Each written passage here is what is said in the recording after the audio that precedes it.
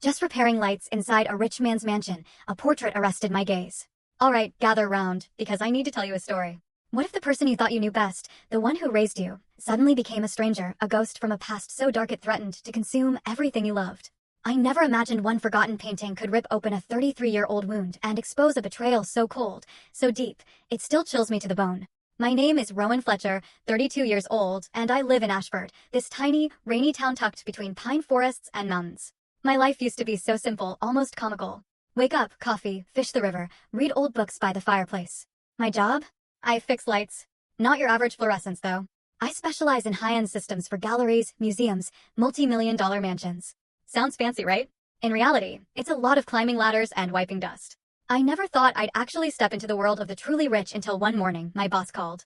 Head straight to Win Estate, he barked. Lighting system in the gallery is down. VIP client is losing his mind. He hung up before I could even ask where the hell Win Estate was.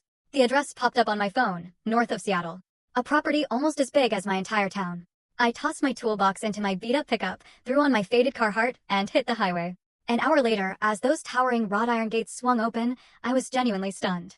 A white gravel drive wound through ancient red pines, flanked by marble statues and fountains that actually danced to music. The mansion itself rose like a forgotten castle, gray stone walls, a copper-green roof, windows stretching to the ceiling. I parked in the staff-only area, feeling like an ant that had wandered into a palace. An elderly butler, perfectly pressed, led me down an endless hallway. The air smelled thick with sandalwood and money. I tried not to gawk as we passed masterpiece after masterpiece. Monet, Picasso, names I'd only seen in books. Finally, he opened the door to the gallery and just said, "Fix the lighting system."